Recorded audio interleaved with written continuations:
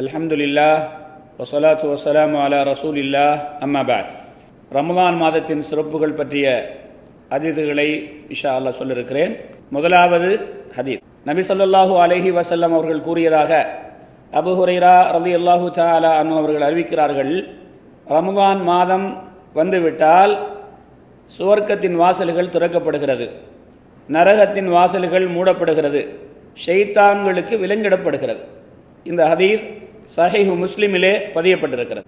இது இரண்டாவது ஹதீஸ். அபூ ஹுரைரா ரலியல்லாஹு தஆலா அவர்கள் அறிவிக்கிறார்கள், ரமலான் மாதத்தின் இந்த முதல் இரவிலே ஷைத்தான்களுக்கு விலங்கிடப்படுகிறது, ஜின்களில் மிகவும் அட்டகாசம் செய்யக்கூடிய ஜின்களுக்கும் விலங்கிடப்படுகிறது, நரகத்தின் வாசல்கள் மூடப்படுகிறது, சுவர்க்கத்தின் வாசல்கள் திறக்கப்படுகிறது.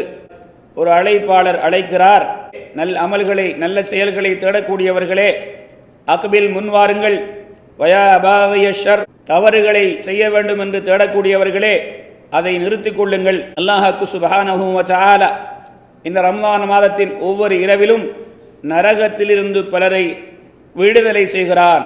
அல்லாஹ் சுப்ஹானஹு வ தஆலா இந்த ரமலான் மாதத்துக்குரிய சிறப்பாக எந்த சொர்க்கத்தின் வாசலும் மூடப்படாது, எந்த நரகத்தின் வாசல்களும் திறந்திருக்காது என்று இந்த மாதத்திற்கு அல்லாஹ் சிறப்பளிக்கிறார். உண்மையில் திறக்கப்பட்டிருக்கிறது சொர்க்கத்தின் வாசல்கள், நரகத்தின் வாசல்கள் உண்மையில் மூடப்பட்டிருக்கிறது. அல்லாஹ் இந்த மாதத்தை சிறப்பிக்கும் முகமாக செய்யக்கூடிய ஒரு சிறப்பான ஒரு செயல் என்பதை நாம் விளங்கிக் கொள்ள வேண்டும் என்ற அர்த்தத்தையும் கொடுக்கலாம்.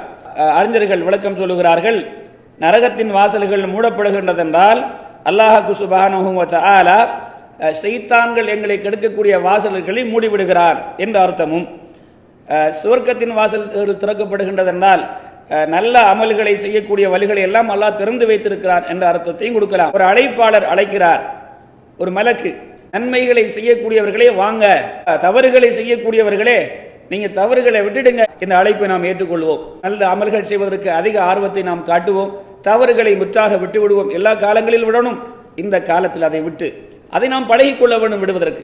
ஒவ்வொரு இரவும் இந்த ரமலான் மாதத்திலே முஃமின்களாக மரணித்து நரகத்தில் இருக்கிறார்களே அவர்களை எல்லாம் விடுதலை செய்கிறான். எத்தனை சிறப்பு இந்த மாதத்தை கண்டு பாருங்க.